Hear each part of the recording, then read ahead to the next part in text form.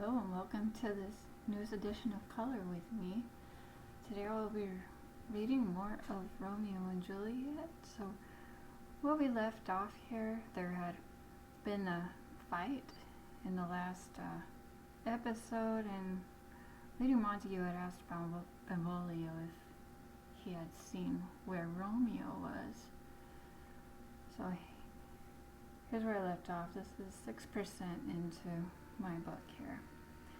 Benvolio, Madam, an hour before the worshipped sun peered forth the golden window of the east, a troubled mind drave me to walk abroad, where underneath the grove of sycamore, that westward rooteth from the city side. So early walking did I see your son. Toward him I made, but he was ware of me, and stole into the covert of the wood. I, measuring his affections by my own, which then most sought where most might not be found, being one too many by my weary self, pursued my humor, not pursuing his, and gladly shunned who gladly fled from me. Montague, many a morning hath he there been seen, with tears augmenting from fresh morning's dew, adding to clouds more clouds with his deep sighs, but also soon as the all-cheering sun should in the furthest east begin to draw the shady curtains from Aurora's bed, away from light steals home my heavy son, and private in his chamber pens himself, shuts up his window, locks fair daylight, and makes himself an artificial light.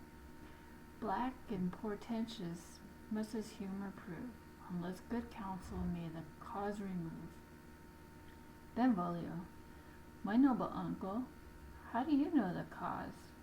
Montague, I neither know it nor can I learn of him.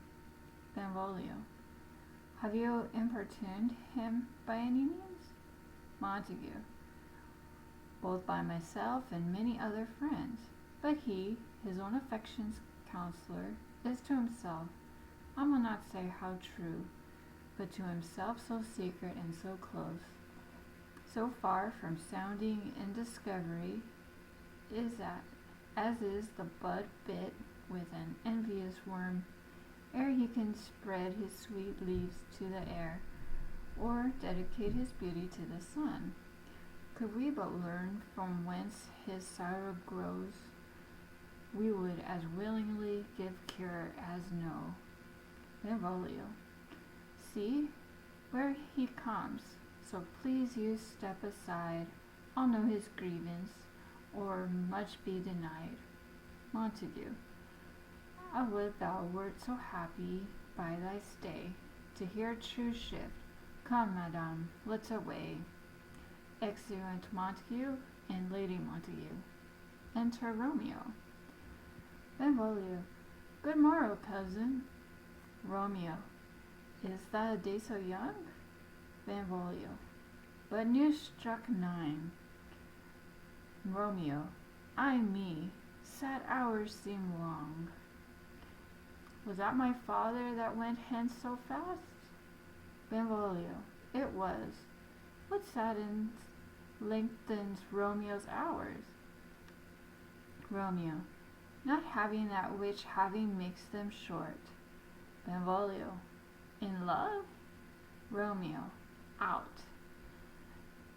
Benvolio, of love? Romeo, out of her favor where I am in love. Benvolio, alas that love, so gentle in his view, should be so tyrannous and rough and proof.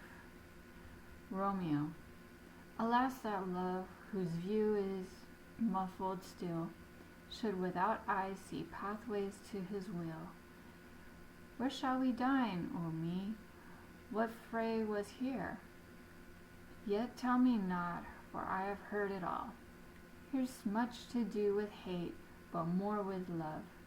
Why then, O brawling love, O loving hate, O anything of nothing first Crete, O heavy lightness, serious vanity, mishappen chaos of well-seeming forms, feather of lead, bright smoke, cold fire, sick health, still waking sleep that is not what it is. This love feel I, that feel no love in this. Dost thou not laugh? Benvolio. No, 'cause I rather weep. Romeo. Good heart, at what? Benvolio. At thy good heart's oppression. Romeo. Why, such is love's transgression. Griefs of mine own lie heavy in my breast, which thou wilt propagate, to have it pressed with more of thine. This love that thou hast shown doth add more grief to much of mine own.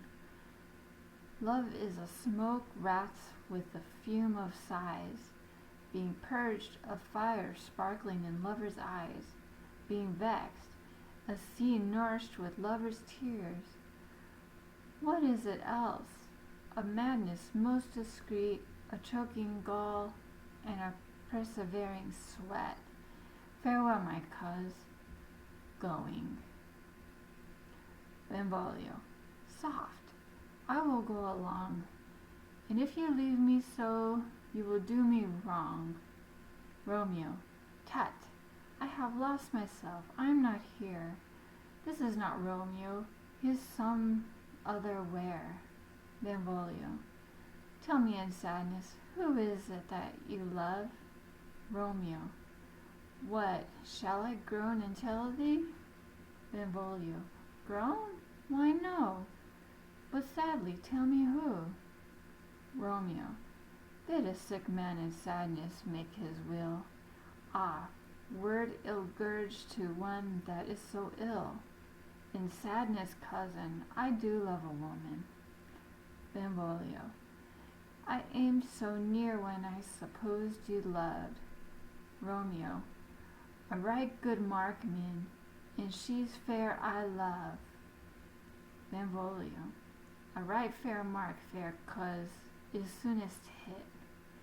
Romeo. Well, in that hit you missed, she'll not be hit. With Cupid's arrow morrow she hath dame's wit, and, in strong proof of chastity well armed, from love's weak child bow she lives unharmed. She will not stay in the siege of loving terms, nor bid the encounter of assailing eyes, nor ope her lap to saints seducing gold. Oh, she's rich in beauty, only poor, that when she dies, with beauty dies her store. Benvolio. Then she hath sworn that she will still live chaste. Romeo. She hath, and in that her sparing makes huge waste. For beauty, starved with her severity, cuts beauty off from all posterity. She is too fair, too wise, wisely too fair, to merit bliss by making me despair. She hath forsworn to love, and in that vow do I live dead that live to tell it now. Okay, I will stop reading here. Now I am 9% into this Kindle book. So if you haven't already and want to start this story all over again, you can always start with part 1. Other than that, I really appreciate you watching and listening.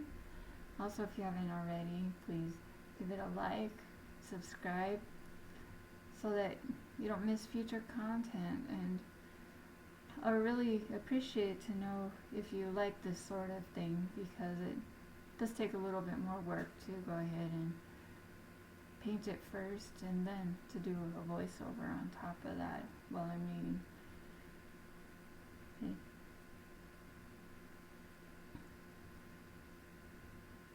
So again, thank you for watching.